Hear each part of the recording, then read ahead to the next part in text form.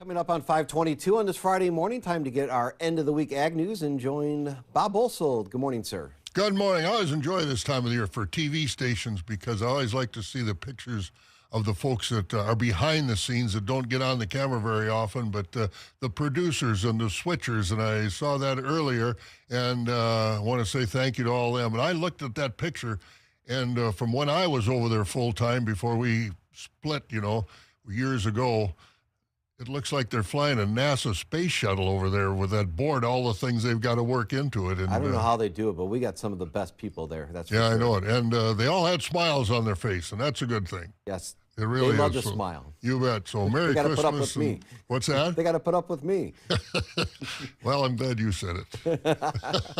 Let's take a look at what's going on this morning, shall we, Bob? While putting plenty of blame on the Biden administration for the current state of the farm economy, Agriculture Secretary Rick Rollins announced earlier this week at a cabinet meeting in the White House that the Trump administration would soon announce a bridge payment program for farmers.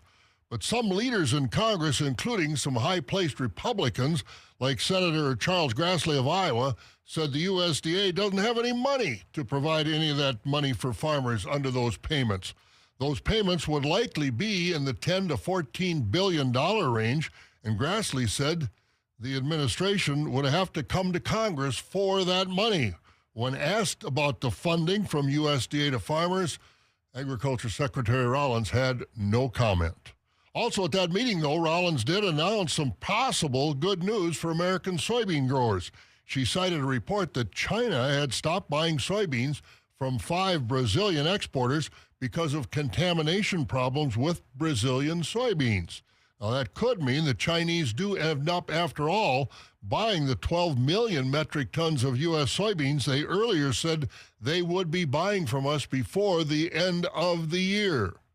Well, the official November Class 3 milk prices come out at $17.18 a hundred. That's up 20 cents from the October price at $16.91, but well below last November's price of $19.95 a hundred. The low price for the year was the October price, but it looks like the December price will end up being the low for the year. We'll look at that in a few moments. The highest Class 3 price ever was back in the good old days. June of 2022, and the monthly price, $25.21, and we're a long way from that.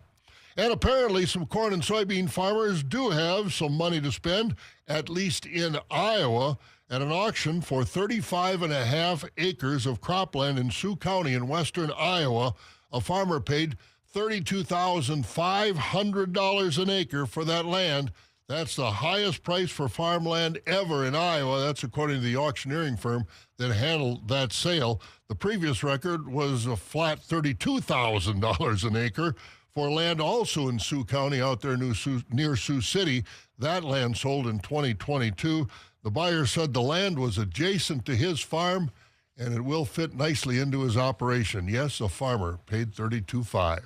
Let's go to the markets, and the numbers aren't near that big for the markets. As on the Board of Trade, traders are just hanging in there, waiting for some big news and a report next week from the government, the World Ag Supply and Demand Report. Overnight, March corn down a fraction, the wheat down 1 cent, and the March soybean prices down 2 cents overnight at 11.26. Dairy markets continue to struggle. There was no change in cheese prices yesterday, as the barrel cheese remained at $144.5, blocks $139.5. Butter did go up a half a cent to $1.47. And the Class 3 futures, December did sneak back over $16, up 30 cents yesterday to $16.10. January was up 15 cents. February at $15.58 was up 16 cents. And prices, while they weren't a lot higher, they were higher every month from now out through next fall. So it's a good trend. We've just got to get those arrows up a little bit higher.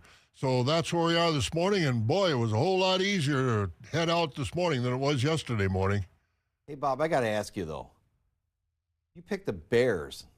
I did. Why? Just to see if you'd notice. And I'm worried, Wyatt is out for the Packers in the defensive line, and if you watch Valentine in that last game try and tackle that guy on that screen pass from the Lions, I don't have much faith in I hope you're right, defensive Bob. backs. Well, I'm wrong. I hope you're right. Defensive backs tackling, but it should be a good. I'm going, so Yeah, we'll find have out. fun out there. Oh, we will. I'll see all the Bear fans. See how many Bear fans are there. Have a good one, Bob. Yeah, take care. Hello, Wisconsin, from Zambia International Airport.